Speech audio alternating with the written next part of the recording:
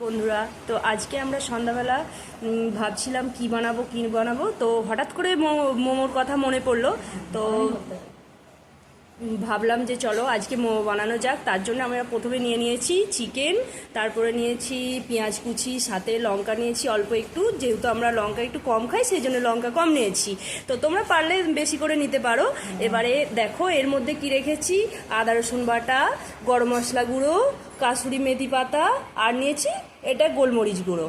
এবারে অপশনাল মতো তোমরা নুন যে যতটা খেতে পারো নিতে পারো। ময়দা মাখা হয়ে গেলে ঘরে চা নালে কিছু একটা ভাজা করতে হচ্ছে একটুখানি। আমার নানিমা মোমোর জন্য রুটি বেড়েছে। এবারে সবগুলো উপকরণ একসাথে মিশিয়ে দেব।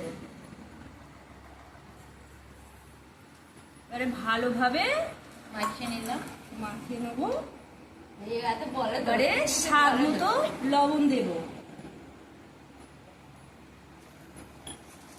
তো বন্ধুরা, তোমরা জানাবে যে কে কেমন ভাবে মোমো বানাতে পারো।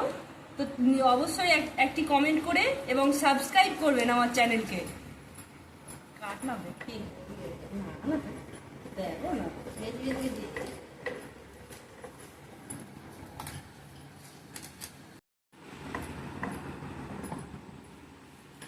রুটি আছে।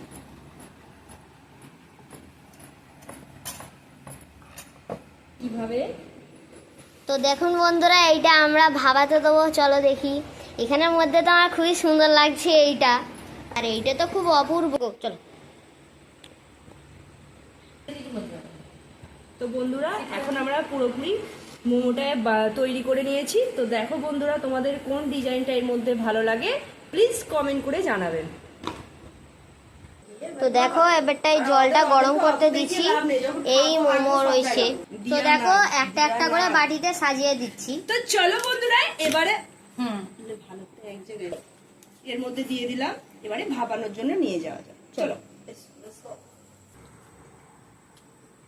এই গরম জলেতে দিয়ে দিলাম এই ডালা মুড়ে দিয়ে। এখন 10 মিনিট ধরে হোক।